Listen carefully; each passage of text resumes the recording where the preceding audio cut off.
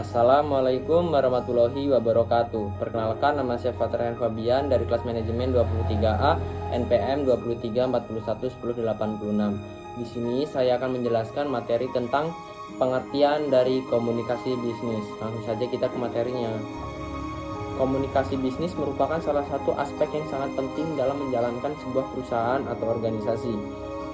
Melibatkan pertukaran informasi antara individu atau entitas yang melibatkan dalam kegiatan bisnis atau untuk mencapai tujuan bersama. Pengertian komunikasi bisnis. Komunikasi bisnis dapat didefinisikan sebagai proses pertukaran informasi, ide, gagasan, dan pendapat antara individu atau entitas dalam lingkungan bisnis untuk mencapai tujuan bersama. Melibatkan penggunaan berbagai saluran komunikasi seperti lisan, tertulis, elektronik, dan nonverbal untuk menyampaikan pesan dengan jelas dan efektif. Selanjutnya ada tujuan dari komunikasi bisnis. Yang pertama, untuk menyampaikan informasi yang relevan kepada pihak-pihak yang terlibat dalam bisnis. Yang kedua, membantu dalam proses pengambilan keputusan dengan menyediakan data dan analisis yang diperlukan. Yang ketiga, mengkoordinasikan aktivitas dan tugas antara berbagai departemen dan individu dalam organisasi. Yang keempat, mempengaruhi sikap, perilaku, dan keputusan orang lain. Yang kelima, membangun hubungan yang kuat dengan pelanggan, mitra bisnis, dan pemangku kepentingan lainnya. Yang keenam, membantu dan menyelesaikan masalah dan konflik yang mungkin muncul dalam konteks bisnis.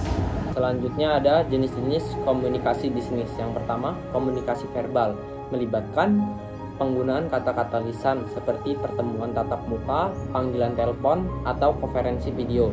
Yang kedua, komunikasi tertulis, melibatkan penggunaan kata-kata tertulis seperti email, surat, laporan, atau pesan teks. Yang ketiga, komunikasi nonverbal, melibatkan ekspresi wajah, gerakan tubuh, atau bahasa tubuh untuk menyampaikan pesan tanpa penggunaan kata-kata. Yang keempat, komunikasi internal, terjadi di dalam organisasi dan melibatkan pertukaran informasi antara anggota tim atau departemen.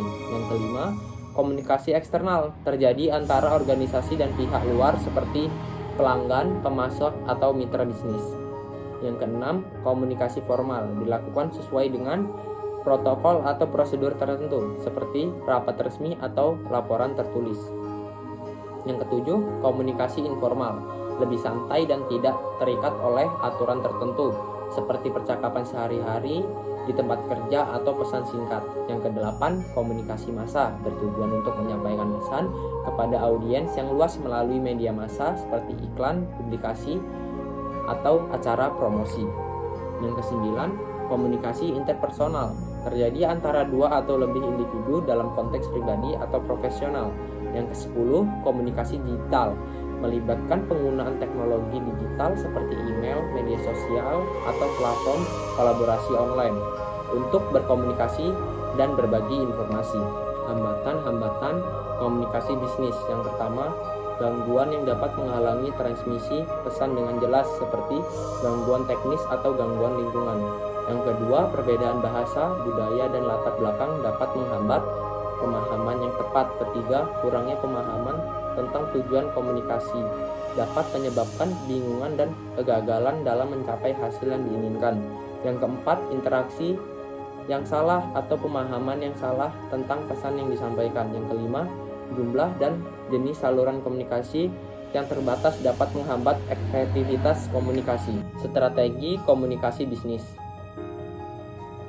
1. Memastikan semua pihak terlibat memiliki pemahaman yang jelas tentang tujuan komunikasi. Yang kedua, memilih saluran komunikasi yang sesuai dengan pesan yang akan disampaikan dan penerima yang dituju.